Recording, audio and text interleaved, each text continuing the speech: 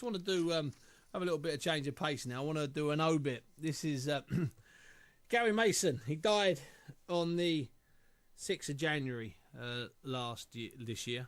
He was hit by a car about 6 o'clock in the morning. This is a bit of an appreciation of Gary. Now, there was a moment of raw drama in the seconds between round 6 and 7 of Gary Mason's last proper fight as a professional boxer in Wembley's grand and stained ring in March 1991.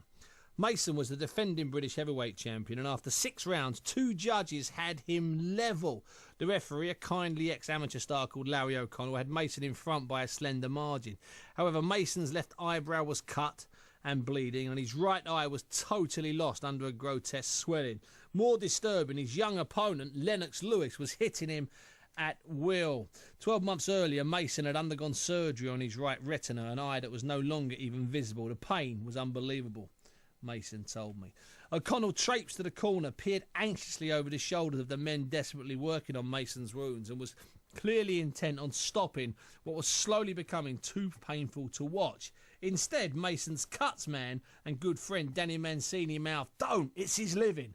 O'Connell, with his head a little lower, backed away, but had no alternative 44 seconds later when he finally rescued Mason from the fists of Lewis. It was, as the great British boxing writer Harry Mullen wrote, pure blind courage that kept Mason going. Mason entered the ring that night unbeaten in 35 fights, ranked number 4 in the world, and as the slight betting favourite, he exited the orchestrated savagery, facing an uncertain future with no chance of ever being allowed to box again in Britain with his damaged eye. Lewis fought on, became the undisputed world heavyweight champion, the best fighter of his generation, and a relaxed family man with 100 million safely stashed. 3 years later, Mason somehow acquired an American licence and knocked out 2 bums before finally quitting the ring in 1994 when he was correctly refused a British licence. "I made peanuts for those 2 fights. Rubbish money," Mason told me at another time. There are wins on Mason's record that prove he was a massively underestimated British heavyweight,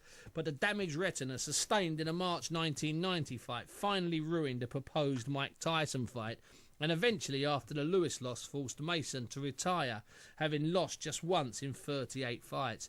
Perhaps his best win was against the 1984 Olympic champion Tyrrell Biggs in 1989, a win that moved him close to a Tyson fight. The Tyson fight never happened, and Mason never really had the same profile as Frank Bruno. He was known as the other British heavyweights for so long, and he toiled in Bruno's quite considerable shadow, and he sparred with his great neutral nemesis for years. Mason always maintained that it was Bruno's fists during sparring that damaged his eye, a simple declaration without malice from a man with few, if any, enemies. His smile and deafening laugh eased all situations, even on the streets of Battersea, Wandsworth and Clapham, where he grew up after leaving Jamaica as a baby. Me and Frank have very different aims. He wants to be the world champion, and I just want the money, Mason would always say. Now, away from boxing, Mason ran a jewellery store called Punch and Jewellery, made an attempt at promoting boxing in which he pushed himself as the British Don King, and embarked on an arm wrestling adventure that was briefly screened. "Honest, it's the greatest sport in the world," he kept trying to tell me.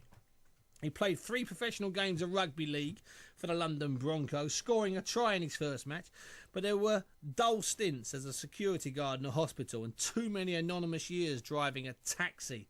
He also tried his hand in the music business with a white rapper. Buncey, trust me, he's Stockwell's Eminem," Mason kept telling me. I never quite got to hear the guy play. He also briefly had a prominent position at Sky as part of their fledgling and entertaining boxing team in the early 90s. Sadly, what he thought was an off-air rant about a fellow presenter's garish tie ended with his sacking, and no doubt the first of countless visits to the job centre. "I wait in line and I still have to sign autographs at the job centre," Mason repeatedly said.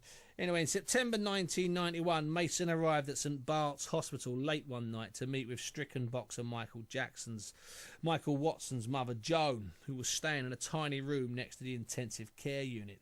A week earlier, over 17 million people had watched on ITV as Watson collapsed in the 12th round of a fight against Chris Eubank. A few weeks before that fight, Mason, who had been forced to retire 6 months earlier, had been given £10,000 after a benefit evening at the Circus Tavern. Mason was never, trust me, a wealthy man.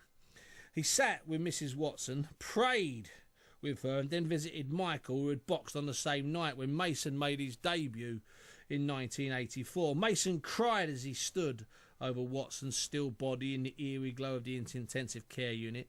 They had been friends for a long time. When Mason left Bart's that night, long after midnight, he was £10,000 lighter.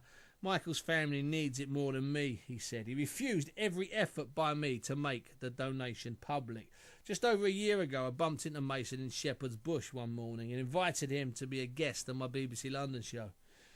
He agreed. We talked about his heavyweight days, fights at Battersea Town Hall, and the lack of depth and excess of cash in the division now. He just laughed, and that great big booming Mason laugh in this studio, actually. I don't regret a thing or envy anybody, Mason told me. Nobody said it was going to be easy. That's Gary Mason, who died on the 6th of January this year. Now,